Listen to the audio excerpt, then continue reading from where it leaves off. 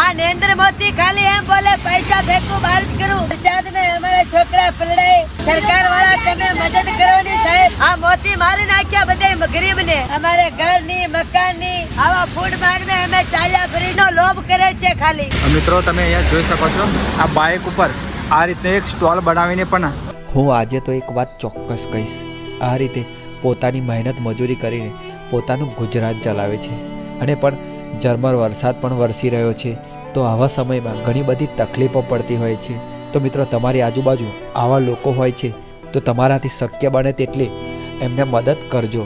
તો આવા સમયની અંદર તેઓ તેમનું ગુજરાન ચલાવી શકે છે. આ રીલ્સને વધુમાં વધુ તમારા ફ્રેન્ડ સર્કલ સાથે શેર કરી દેજો. મિત્રો તમે સામે જોઈ શકો છો બાઇક ઉપર એક સરસ મજાનું આ રીતે દુકાન બનાવવામાં આવેલી છે. ત્યારે મહેનત બહુ કરવી પડે. બહુ દૂરથી આયા છે, ખેડ ચિત્તોડ રાજસ્થાન બાજુ રહી છે. હું કરે સાહેબ સરકાર વાળા તમે મદદ કરો ની સાહેબ, પંચાયત में અમારા છોકરા પલડાય, અમારે ઘર ની મકાન ની આવા ફૂડ માર્ગ में અમે ચાલ્યા ફરી છે સાહેબ. કોઈ હોય સરકાર વાળા તો મદદ કરો, અમારે બી ગરીબની મદદ કરે તો બહુ સારું કરે છે ભગવાન.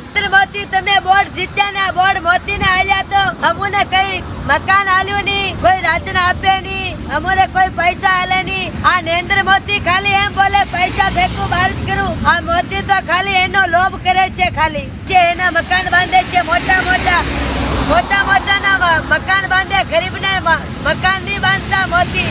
આ મોદી તો ખાલી એનો વોટ લઈને જીતીને એનો જીવ ખુદ કરે. બધા બાપડા બિચારા ગરીબ મરી ગયા. આ મોદી મારી નાખ્યા બધા ગરીબ ને.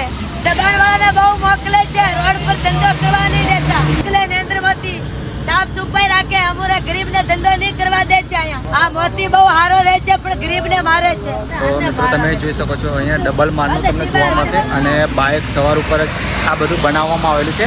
તમે સાઈડનો વ્યૂ પણ જોઈ શકો છો.